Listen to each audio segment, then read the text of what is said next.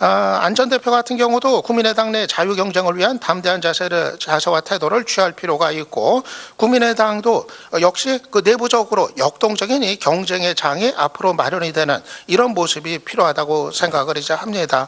아까도 이제 말씀드린 것처럼 이 공당이라고 하는 것이 정말 특정인만을 위해서 만들어진 당, 또 특정인의 어떤 대권 도전을 위해서 만들어진 당, 이렇게만 인식이 돼가지고는 공당으로서 신뢰가 지속되긴 어려울 겁니다. 공당은 누가 있건 없건 누구의 정치적인 부침이 어떻게 되건 지속 가능한 정당이라는 신뢰를 국민들이 가질 때 그 당에 대한 일관되고 지속적인 지지가 이제 가능할 것이기 때문에, 저는 이번 전당대회도 그렇고 그 이후에도 그렇고 이 국민의당이 이 내부적으로 이 리더십을 둘러싼 보다 담대하고 역동적인 자유 경쟁, 이것이 공인이 되고 서로가 이거를 받아들이는 이런 분위기로 가는 것이 바람직스럽다는 그런 이제 의견을 말씀드립니다. 마지막으로 국민의당 현재 추락된 위기, 이 상황에서는 정말 국민의당이 어떻게 해야 국민의 마음을 움직일 수 있을 것인지, 지금까지 왜 낡은 중도로 인식이 되어 왔었는지, 어떻게 해야 이 변화된 모습을 보이면서 정말 국민의 마음을 돌려놓을 수 있을 것인지, 아마 이거는 정치공학을 넘어선 그런 더 담대한 이제 발상들이 요구된 거 아닌가 하는, 여기까지 말씀을 드리겠습니다. 네, 그다음 토론자분들께서 말씀해 주실 텐데, 우리 이제 성한용 우리 대기자께서는 또 국민의당과 바른정당과의 관계에 대해서도 또 이 토론문에 밝혀 놓으셨어요. 이거는 바람직하지 않다는 입장을 내놓으셨는데, 그 안철수 후보와의 관계, 민주당과의 관계, 제도 개편, 이런 구체적 과제와 관련해서 토론을 좀 말씀을 해주시면 좋겠습니다. 예, 가급적 압축해서 몇 가지만 말씀을 드리겠습니다. 일단 국민의당 필요한 정당인가? 라는 매우 도발적인 제목의 토론회에 초청해 주셔서 감사한데요. 다당제하고 합의제 민주주의가 필요하다는 당 이론에 대해서 동의하지 않을 분은 아마 없을 겁니다. 저도 대한민국의 어떤 그 국가 규모나 이 복잡다단한 그 사회 발전 때문에 더 이상 양당제로 가서는 곤란하다, 다당제가 필요하다라는 여러 학자들이나 정치인들의 주장에 동의합니다. 또 합의제 민주주의 필요하다 해도 동의를 하고요. 그런데 과연 국민의당이 지금 필요한 정당이냐, 여기에 대한 그 답변을 제가 드릴 일은 아니라고 생각합니다. 왜 그러냐면, 정당이 과연 필요한 정당이냐 아니냐에 대한 답변을 할 수 있는 유일한 사람들은 유권자들입니다. 이건 과거의 전례가 그렇습니다. 간단하게 두 가지 사례만 말씀을 드려보겠습니다. 우리나라 정치사에서 사람들이 여당, 야당이라고만 머릿속에 있었습니다. 이승만 때 못 살겠다 갈아보자 하니까 갈아봤자 소용없다, 이런 거 기억나시죠? 그 여당, 야당만 있었죠. 대한민국 정치사에서 의미 있는 제3정당이 출현했던 것은 제가 파악하기로는 1992년 정주영 현대 회장이 대통령이 되기 위해서 만들었던 통일국민당이 그해 총선에서 31석을 차지했었고요. 12월 대선에서 실패했습니다. 득표율이 16.3%에 그쳤고요. 정주영 씨가 스스로 통일국민당을 이렇게 막 당사를 막고 이런 식으로 해서 이제 해산시켰던 것 기억이 나실 겁니다. 물론 통일국민당이라는 당의 법통 자체는 몇 년이 조금 더 갔었습니다만, 그 이후에 이제 사실상 소멸해가는 그런 운명을 맞았죠. 그 다음에 이제 두 번째로 제3정당으로 의미 있는 어떤 존재감을 과시했던 정당은 김종필 총재의 자민련입니다. 1995년 YS하고 정치적 갈등 끝에 탈당을 해서 자민련을 창당을 했고요. 충청이라는 지역을 기반으로 해서 95년에 강원도까지 광역단체장을 당선시켰고, 기초단체장을 무려 23명이나 당선을 시켰습니다. 또 1996년 총선에는 더 당세를 키워서 대구 경북까지 지역구 진출을 해서 무려 50석을 차지했습니다. 또 1997년 김대중 총재의 국민회의와 함께 DJP 연합으로 해서 정권까지 잡았죠. 그 장관의 절반 정도를 자민련 출신 정치인들이나 자민련 추천 관료들이 차지했던 것 여러분들 아마 기억하실 겁니다. 그러나 2000년 총선에서 교섭단체 구성에 실패했고요. 국민회의에서 의원 구워주기라는 전무후무한 그런 정치공학적 처방으로 연정을 이어가려 했으나 실패했습니다. 결국 그래서 연정은 깨졌고 2004년 총선에서 참패했고 그 이후에 서서히 이제 소멸을 해갔다. 이런 역사가 있습니다. 자민련의 제3정당으로서의 성공은 충청 지역주의 또 대구 경북에서 일어났던 반김영삼, 반YS 정서 이런 것들이 복합적으로 작용을 했고요. 또 김종필이라는 구심점이 있었기 때문에 제3정당으로서의 존재가 가능했다. 이렇게 생각이 됩니다. 저는 정치학자가 아닙니다. 그러니까 어떻게 하는 것이 민주주의에 옳고 이런 얘기를 할 수 있는 사람은 아니고요. 조금 냉정하고 차가울진 모르겠습니다만 이 우리나라 정당의 역사는 굉장히 일천하고요.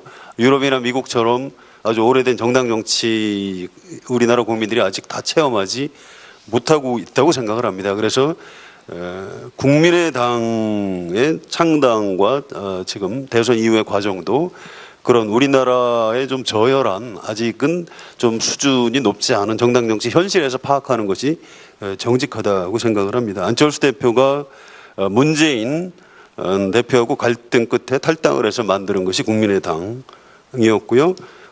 총선에서 호남 지역구를 거의 휩쓸면서 38석을 차지했고 또 어떤 새로운 합리적인 유권자층 또 새누리당의 공천에 환멸감을 느낀 합리적 보수 성향 유권자들의 지지를 대거 흡수해서 제3정당으로서 아주 큰 성공을 거뒀습니다. 그런데 이제 대선에서 실패를 했고요. 또 그 이후에 최근에 그 제보 조작 사건을 통해서 또 뭐 좀 작아 보이긴 합니다만 이현주 의원의 여러 가지 설화 등등을 보고 그 사건 자체는 뭐 작을 수도 있습니다만 이걸 관리해내는 국민의당 내부에 리더십이 존재하지 않는다는 것을 국민들이 최근에 보고 많이 실망을 해서 아마 정당 지지도가 많이 지금 낮아지고 있는 것이 아닌가 뭐 이런 생각이 듭니다. 국민의당이 지금 40석 의석을 가진 굉장히 중요한 제3정당입니다. 그래서 이 정당이 지금 앞으로 어떤 미래를 맞을지 좀 더 지켜봐야 되겠습니다만 아까 주성영 의원님이 그런 말씀을 솔직하게 하시던데 내년 지방선거에서 좀 의미 있는 성과를 내지 못하면 소멸해 가는 과정 그런 길을 걸을 수도 있다라고 걱정을 하신 것이 저는 좀 냉정하고 현실적인 전망이라고 생각합니다. 처방과 관련해서 그냥 간단히 제 평소의 생각을 말씀드리면 저는 아직도 우리나라 유권자들이 정당에 대해서는 사람을 중심으로 생각을 한다고 생각합니다. 햇볕 정책은 김대중 이렇게 떠올리고요. 그 당시에 뭐 기초생활보장 이것도 그건 김대중이 했다 이렇게 생각을 하죠. 또 군 출신들의 어떤 독재 체제 이것은 김영삼 YS가 끝냈다 이렇게 생각을 하고요. 공직자들의 재산 공개를 통해서 권력과 정치 권력과 돈을 둘 다 가질 수 없게 한 사람은 김영삼이다. 이제 이렇게 기억들을 하죠. 또 마찬가지로 북방 외교는 노태우가 했다 이렇게 기억을 합니다. 또 한미 FTA 체결을 노무현이 했다 이렇게 기억을 하죠. 이게 이제 어느 정당이 했다라고는 사실은 잘 기억을 하지 않습니다. 이게 우리나라 유권자들이 무슨 정치 의식이 낮아서 그런 게 아니고요. 아까 이제 발제하신 분들께서 깃발 얘기를 하셨는데 중요합니다. 정당은 깃발이 중요하죠. 그런데 우리나라 유권자들은 그 깃발을 대통령감, 대선 후보가 누구냐로 그 깃발을 좀 판단하는 경향이 있는 것 같습니다. 지금 국민의당이 맡고 있는 위기의 가장 중요한 부분은 깃발이 없다. 즉 안철수 전 대표가 정치적으로 내리막길을 아주 심하게 걷기 시작하면서 국민의당의 깃발, 즉 지도자, 차기 대통령감이 과연 누구냐, 지금 없는 것 아니냐, 여기에 대한 그 실망감에서 지금 국민의당이 위기를 맞고 있다, 이렇게 생각이 됩니다. 앞으로 국민의당이 민주당하고 연정이든 통합이든 할 것 아니냐, 이런 얘기들 많이 하는데요. 이게 참 기묘한 게, 제가 바른정당 계신 분들하고 좀 대화를 한 적이 있는데, 그쪽에서 바른정당도 자유한국당하고 다시 합당을 할 가능성이 있는 것 아니냐, 이 가능성을 열어두고 있더라고요. 그런데 좀 상대적으로 지방선거를 앞두고 만약에 민주당하고 국민의당의 연정이 성사가 된다면 자유한국당과 바른정당도 선거 제휴나 합당을 할 가능성이 높아진다, 이제 이런 얘기를 지금 하고 있습니다. 그래서 지금 저는 개인적으로 정당이 정체성을 그냥 유지하는 게 옳다고 봅니다. 정계 개편 합당 옳지 않다고 생각하고요. 이제 지방선거 앞두고 어떤 이번에 전당대회에 나서는 새 지도부에서 그런 정치적인 쟁점들을 잘 정리해야 한다는 아까 유창선 박사님 발제에도 동의를 합니다. 참고로 이제 작은 의견인지 모르겠습니다만 바른정당하고 통합해야 한다는 의견, 현실적이지도 않고 잘 되지 않을 겁니다. 그리고 국민의당의 매우 중요한 정체성 중에 하나는 저는 대북 정책으로 인식을 하고 있습니다. 바른정당하고 차이가 너무 많이 나기 때문에 어떤 명분을 갖다 붙여서 거기하고 뭐 합당을 한다거나 정계 개편을 해도 국민들이 받아들이기 쉽지 않을 것이다, 이런 생각을 하고요. 또 한 가지는 그 호남에서 지금 상당히 정당 국민의당 지지도가 굉장히 낮은 이런 상황에 처해 있는데, 좀 더 본질적으로 우리 국민의당은 어떤 정당이다라는 답변을 이번 전당대회를 통해서 호남 유권자들한테 내놓지 않으면 앞으로 국민의당의 미래도 참 쉽지는 않겠다, 이런 관측 정도를 하고 있습니다. 마치겠습니다. 국민의당 필요한 정당인가 묻지 마시고요. 국민의당은 필요하다라고 출발하셨으면 좋겠다는 얘기입니다. 반드시 필요한 정당이다, 그래서 이렇게 하겠다라는 얘기를 했으면 좋겠다는 얘기를 제 토론문에 써놨습니다. 이러하기 때문에 국민의당은 필요합니다, 이렇게 국민에게 호소하지 마시고 국민의당은 반드시 필요합니다, 대한민국의 정치를 위해서. 그러니까 이렇게 하겠습니다는 쪽 하시면 좋겠다는 얘기입니다. 앞에 얘기 뭐 다 하셨던 얘기니까 뭐 굳이 깊이 얘기하지 않겠습니다. 자민련은 대단한 정당이었습니다. 그죠? 탄탄한 지역 기반이 있었고 거의 대선 주자급인 JP라는 충청에서는 뭐 맹주라고 하는 분이 있었는데도 불구하고 소멸됐습니다. 그런데 국민의당은 정말 양쪽 다 지금 위기입니다. 그렇지 않습니까? 국민의당의 지난 총선에서 호남 지역에서 약진한 이유, 호남 홀대론, 그걸 바탕으로 한 반문정서 상당히 의존했죠. 지금 있습니까 그게?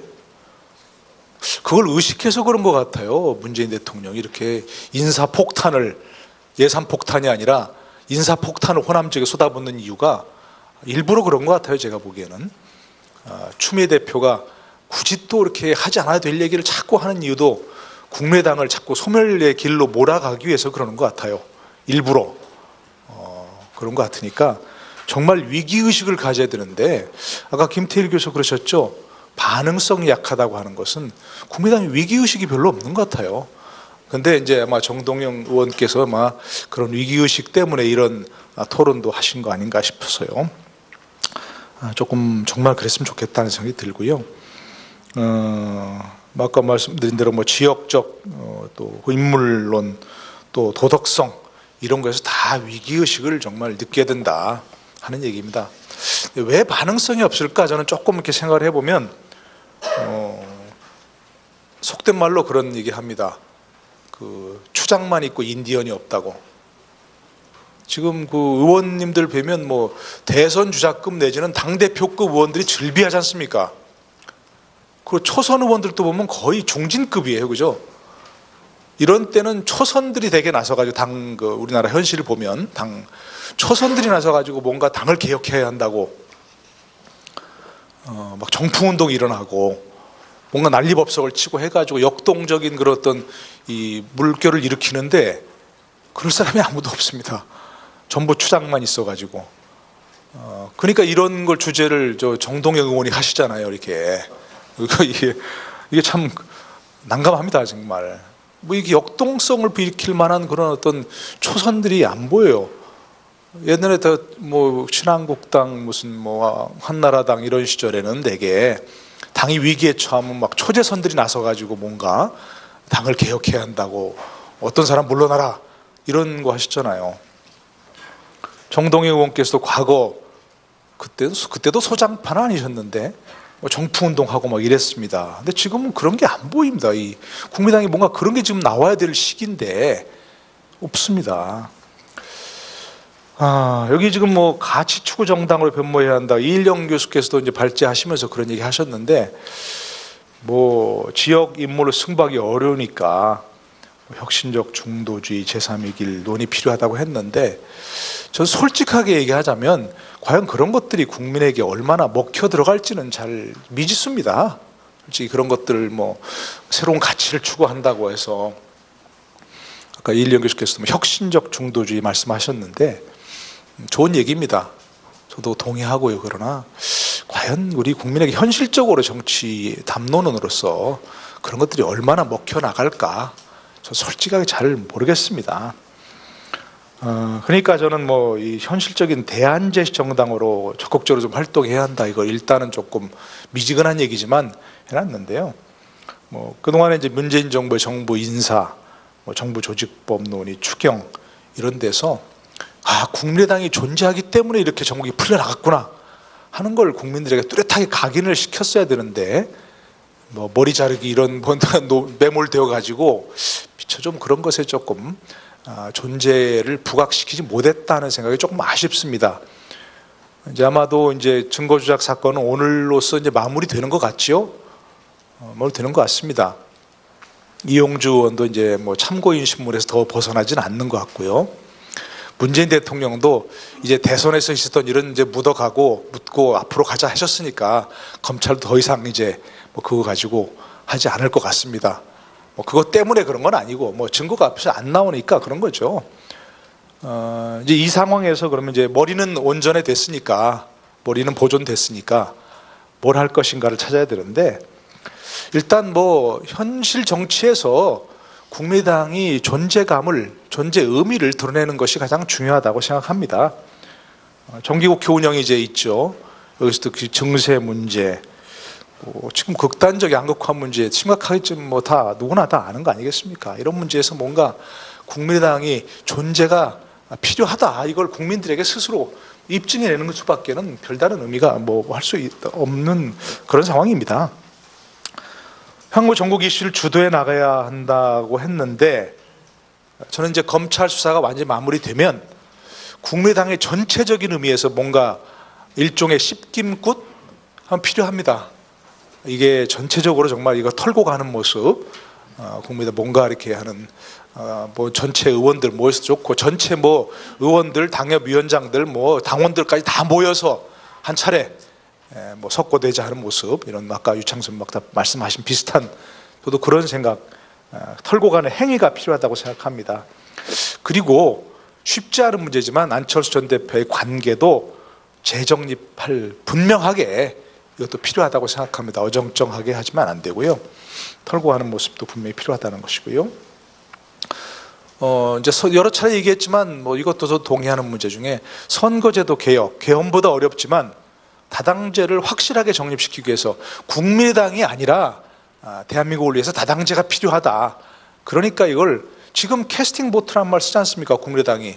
그러니까 국민의당이 자 뭔가 이 전국 이슈를 하기 위해서 우리 다당제를 적착시킬 선거제도 논의하자. 그러면 지금 다른 정당들이 안 따라올 수가 없습니다.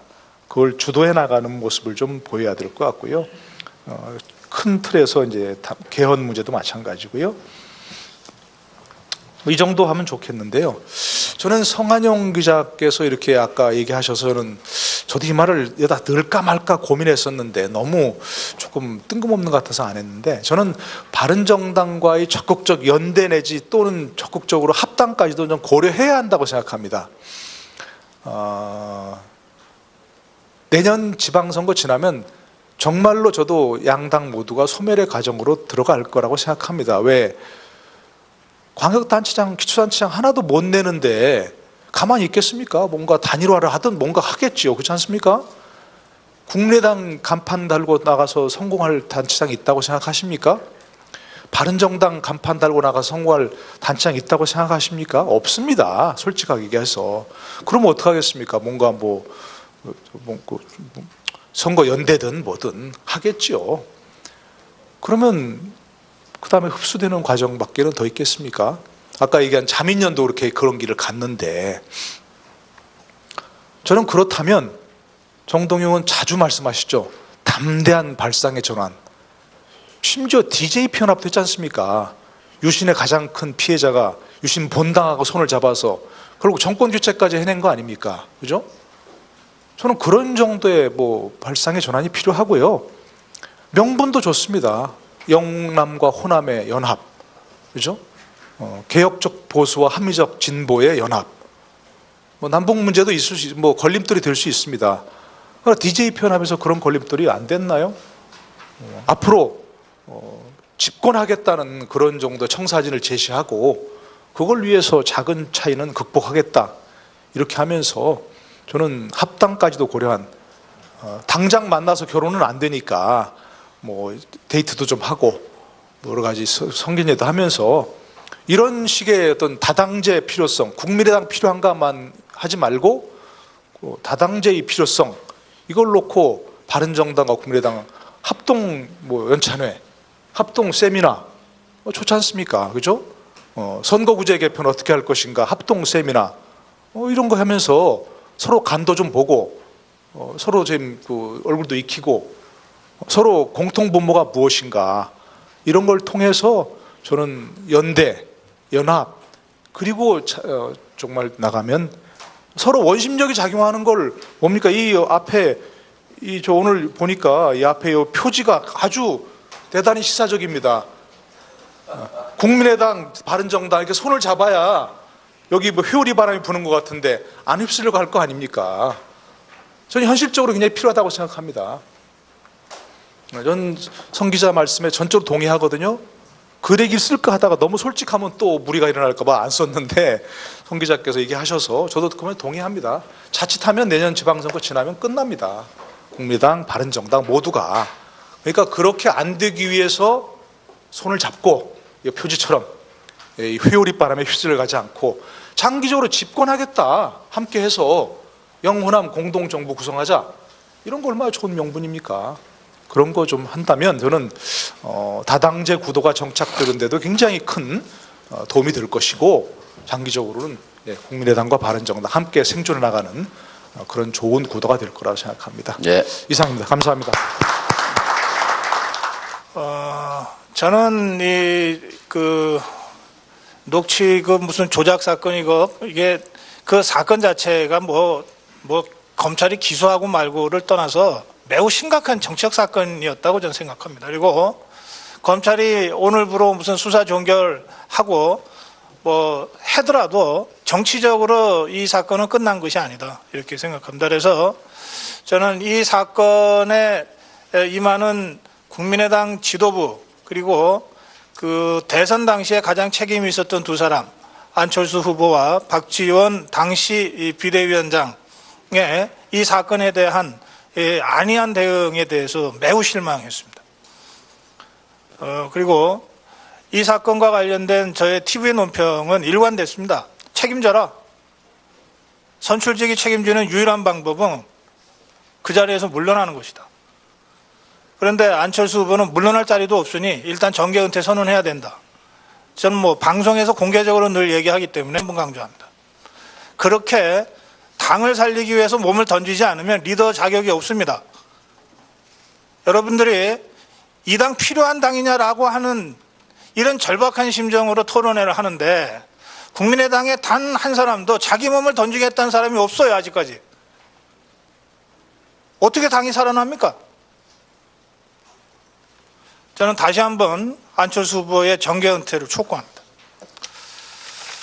저는 국민의당이 우리 정당 사상 매우 중요한 존재고 그런 일을 불과 1년밖에 안 됐지만 해냈다고 평가합니다.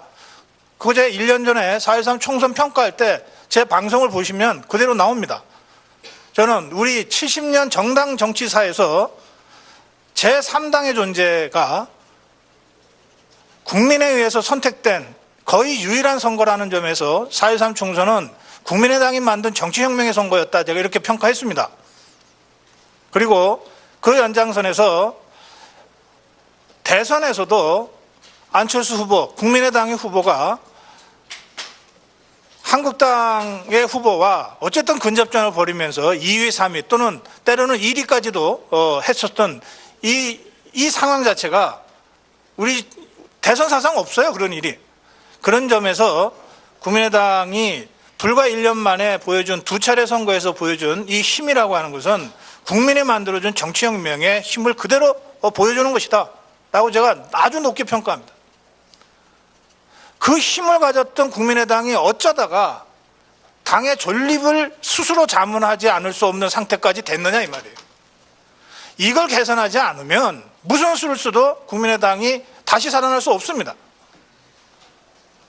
그러니까 한편으로 끝없는 자부심과 자신감을 가져야 되는데 그러나 그것만에 안주해서는 안 되는 것이고 그리고 그 힘이 결국 어디서 왔냐? 그럼 국민의 지지에서 온 거 아닙니까? 그럼 국민이 지금 뭘 원하는지를 가지고 그 길로 나가야죠. 거기에서 국민의당의 살 길을 찾아야 되는 거죠.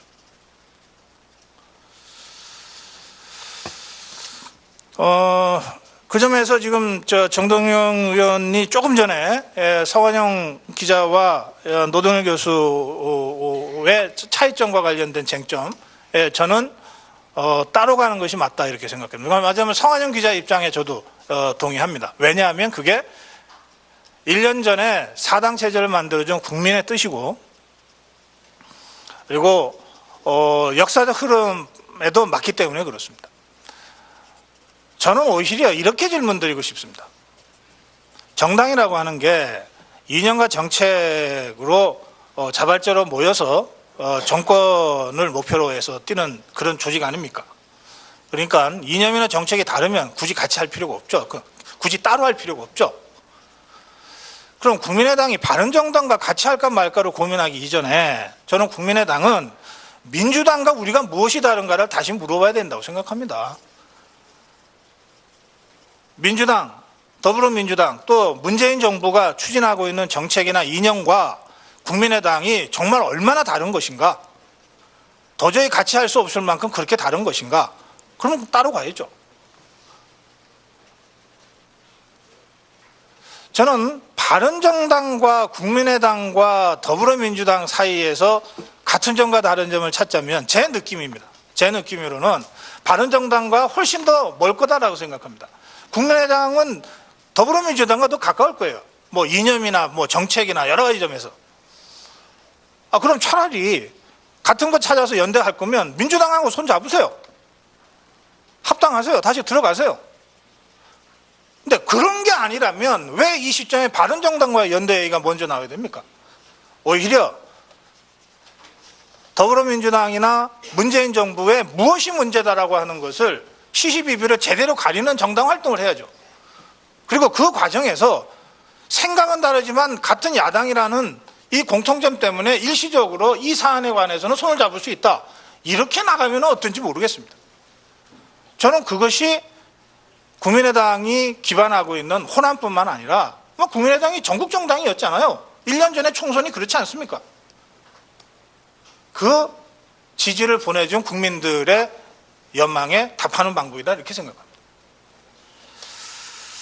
한 가지만 더 말씀드리고 제가 막판에 너무 흥분하는 것 같아서 이혜령 교수가 큰 이게 진짜 거대 담론을 제시하셨는데요. 학계에서는 사실은 이 부분에 대한 학문적 정리를 지금 막 해야 될 상황에 있는 것 같습니다. 그러나 이제 정치권이나 언론에서 먼저 치고 나가는 것이 이른바 니오노멀입니다. 그러니까 뭐 그냥 제 식대로 편하게 얘기하자면 새로운 사회, 새로운 현상, 새로운 정치, 새로운 질서 이런 거죠. 그렇게 해석해도 되겠습니까? 자, 우리 사회가 새로운 단계로 진입했어요. 그런데 정치가 그것에 쫓아가지 못하고 있는 겁니다. 그래서 뉴 노멀 사회인데 뉴 팔리틱스는 없는 거예요.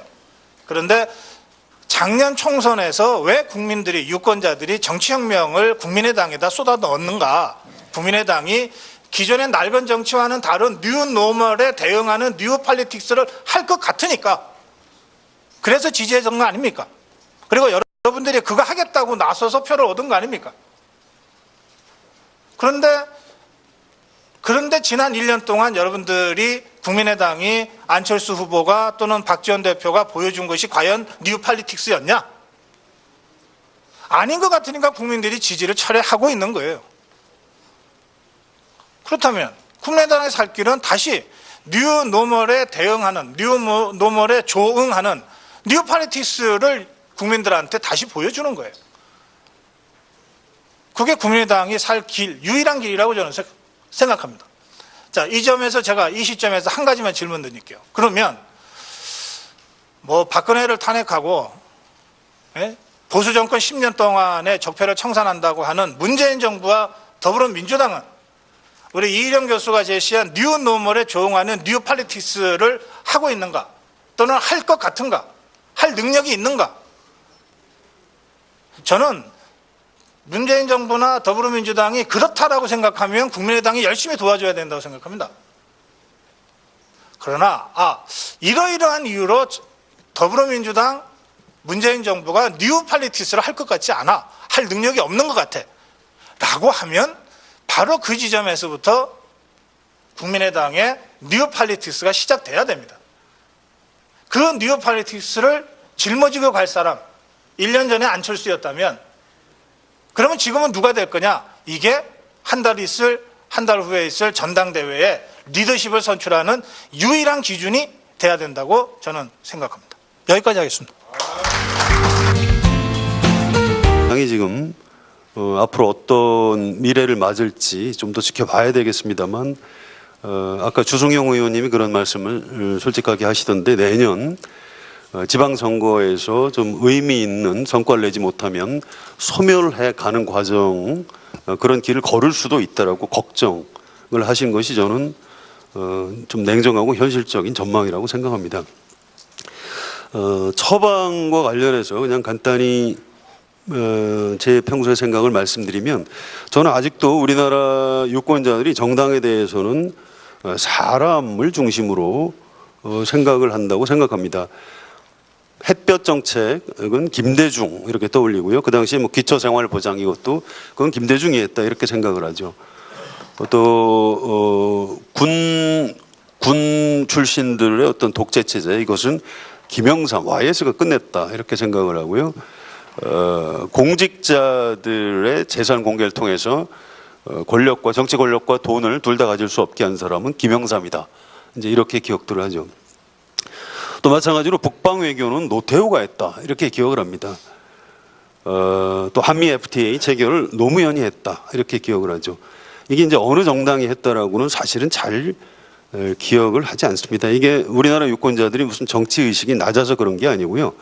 아까 이제 발제하신 분들께서 깃발 얘기를 하셨는데 중요합니다. 정당은 깃발이 중요하죠. 그런데 우리나라 유권자들은 그 깃발을 대통령감 대선 후보가 누구냐로 그 깃발을 좀 판단하는 경향이 있는 것 같습니다. 지금 국민의당이 맡고 있는 위기의 가장 중요한 부분은 깃발이 없다. 즉 안철수 전 대표가 정치적으로 내리막길을 아주 심하게 걷기 시작하면서 국민의당의 깃발, 즉 지도자 말씀을 드리겠습니다. 일단 국민의당 필요한 정당인가라는 매우 도발적인 제목의 토론회에 초청해 주셔서 감사한데요. 다당제하고 합의제 민주주의가 필요하다는 당 이론에 대해서 동의하지 않을 분은 아마 없을 겁니다. 저도 대한민국의 어떤 그 국가 규모나 이 복잡다단한 그 사회 발전 때문에 더 이상 양당제로 가서는 곤란하다, 다당제가 필요하다라는 여러 학자들이나 정치인들의 주장에 동의합니다. 또 합의제 민주주의 필요하다 해도 동의를 하고요. 그런데 과연 국민의당이 지금 필요한 정당이냐, 여기에 대한 그 답변을 제가 드릴 일은 아니라고 생각합니다. 왜 그러냐면 정당이 과연 필요한 정당이냐 아니냐에 대한 답변을 할 수 있는 유일한 사람들은 유권자들입니다. 이건 과거의 전례가 그렇습니다. 간단하게 두 가지 사례만 말씀을 드려보겠습니다. 우리나라 정치사에서 사람들이 여당, 야당이라고만 머릿속에 있었습니다. 이승만 때 못 살겠다 갈아보자 하니까 갈아봤자 소용없다, 이런 거 기억나시죠? 그 여당, 야당만 있었죠. 대한민국 정치사에서 의미 있는 제3정당이 출현했던 것은 제가 파악하기로는 1992년 정주영 현대 회장이 대통령이 되기 위해서 만들었던 통일국민당이 그해 총선에서 31석을 차지했었고요. 12월 대선에서 실패했습니다. 득표율이 16.3%에 그쳤고요. 정주영 정치학자가 아닙니다. 그러니까 어떻게 하는 것이 민주주의에 옳고 이런 얘기를 할 수 있는 사람은 아니고요. 조금 냉정하고 차가울진 모르겠습니다만 이 우리나라 정당의 역사는 굉장히 일천하고요. 유럽이나 미국처럼 아주 오래된 정당 정치 우리나라 국민들이 아직 다 체험하지 못하고 있다고 생각을 합니다. 그래서 국민의당의 창당과 지금 대선 이후의 과정도 그런 우리나라의 좀 저열한, 아직은 좀 수준이 높지 않은 정당 정치 현실에서 파악하는 것이 정직하다고 생각을 합니다. 안철수 대표가 문재인 대표하고 갈등 끝에 탈당을 해서 만드는 것이 국민의당이었고요. 총선에서 호남 지역구를 거의 휩쓸면서 38석을 차지했고, 또 어떤 새로운 합리적인 유권자층, 또 새누리당의 공천에 환멸감을 느낀 합리적 보수 성향 유권자들의 지지를 대거 흡수해서 제3정당으로서 아주 큰 성공을 거뒀습니다. 그런데 이제 대선에서 실패를 했고요. 또 그 이후에 최근에 그 제보 조작 사건을 통해서 또 뭐 좀 작아 보이긴 합니다만 이현주 의원의 여러 가지 설화 등등을 보고 그 사건 자체는 뭐 작을 수도 있습니다만 이걸 관리해내는 국민의당 내부에 리더십이 존재하지 않는다는 것을 국민들이 최근에 보고 많이 실망을 해서 아마 정당 지지도가 많이 지금 낮아지고 있는 것이 아닌가, 뭐 이런 생각이 듭니다. 국민의당이 지금 40석 의석을 가진 굉장히 중요한 제3정당입니다. 그래서 이 정당 안 전 대표 같은 경우도 국민의당 내 자유 경쟁을 위한 담대한 자세와 태도를 취할 필요가 있고, 국민의당도 역시 그 내부적으로 역동적인 이 경쟁의 장이 앞으로 마련이 되는 이런 모습이 필요하다고 생각을 이제 합니다. 아까도 이제 말씀드린 것처럼 이 공당이라고 하는 것이 정말 뭐 특정인만을 위해서 만들어진 당, 또 특정인의 어떤 대권 도전을 위해서 만들어진 당, 이렇게만 인식이 돼가지고는 공당으로서 신뢰가 지속되긴 어려울 겁니다. 공당은 누가 있건 없건 누구의 정치적인 부침이 어떻게 되건 지속 가능한 정당이라는 신뢰를 국민들이 가질 때 그 당에 대한 일관되고 지속적인 지지가 이제 가능할 것이기 때문에 저는 그 이번 전당대회도 그렇고 그 이후에도 그렇고 이 국민의당이 이 내부적으로 이 리더십을 둘러싼 보다 담대하고 역동적인 자유 경쟁, 이것이 공인이 되고 서로가 이거를 받아들이는 이런 분위기로 가는 것이 바람직스럽다는 그런 이제 의견을 말씀드립니다. 마지막으로 국민의당 현재 그 추락된 그 위기, 이 상황에서는 정말 국민의당이 어떻게 해야 국민의 마음을 움직일 수 있을 것인지, 지금까지 왜 낡은 중도로 그 인식이 돼 왔었는지 어떻게 해야 이 변화된 모습을 보이면서 정말 국민의 마음을 돌려놓을 수 있을 것인지 아마 이거는 정치공학을 넘어선 그런 더 담대한 이제 발상들이 요구된 거 아닌가 하는 여기까지 말씀을 드리겠습니다. 네, 그다음 토론자분들께서 말씀해 주실 텐데 우리 이제 성한용 우리 대기자께서는 또 국민의당과 바른정당과의 관계에 대해서도 또 이 토론문에 밝혀 놓으셨어요. 이거는 바람직하지 않다는 입장을 내놓으셨는데, 그 안철수 후보와의 관계, 민주당과의 관계, 제도 개편 이런 구체적 과제와 관련해서 토론을 좀 말씀을 해주시면 좋겠습니다. 예, 가급적 압축해서 몇 가지만 제가 스스로 통일국민당을 이렇게 막 당사를 막고 이런 식으로 해서 이제 해산시켰던 것 기억이 나실 겁니다. 물론 통일국민당이라는 당의 법통 자체는 몇 년이 조금 더 갔었습니다만 그 이후에 이제 사실상 소멸해가는 그런 운명을 맞았죠. 그다음에 이제 두 번째로 제3정당으로 의미 있는 어떤 존재감을 과시했던 정당은 김종필 총재의 자민련입니다. 1995년 YS하고 정치적 갈등 끝에 탈당을 해서 자민련을 창당을 했고요. 충청이라는 지역을 기반으로 해서 95년에 강원도까지 광역단체장을 당선시켰고 기초단체장을 무려 23명이나 당선을 시켰습니다. 또 1996년 총선에는 더 당세를 키워서 대구 경북까지 지역구 진출을 해서 무려 50석을 차지했습니다. 또 1997년 김대중 총재의 국민회의와 함께 DJP 연합으로 해서 정권까지 잡았죠.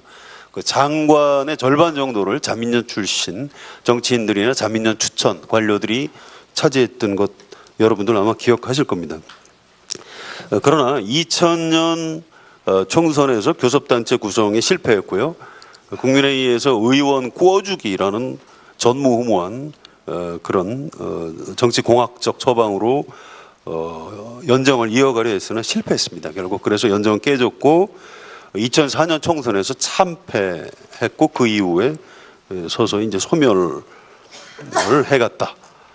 이런 역사가 있습니다. 자민련의 제3정당으로서의 성공은 충청 지역주의 또 대구 경북에서 일어났던 반김영삼, 반YS 정서 이런 것들이 복합적으로 작용을 했고요. 또 김종필이라는 구심점이 있었기 때문에 제3정당으로서의 존재가 가능했다. 이렇게 생각이 됩니다. 저는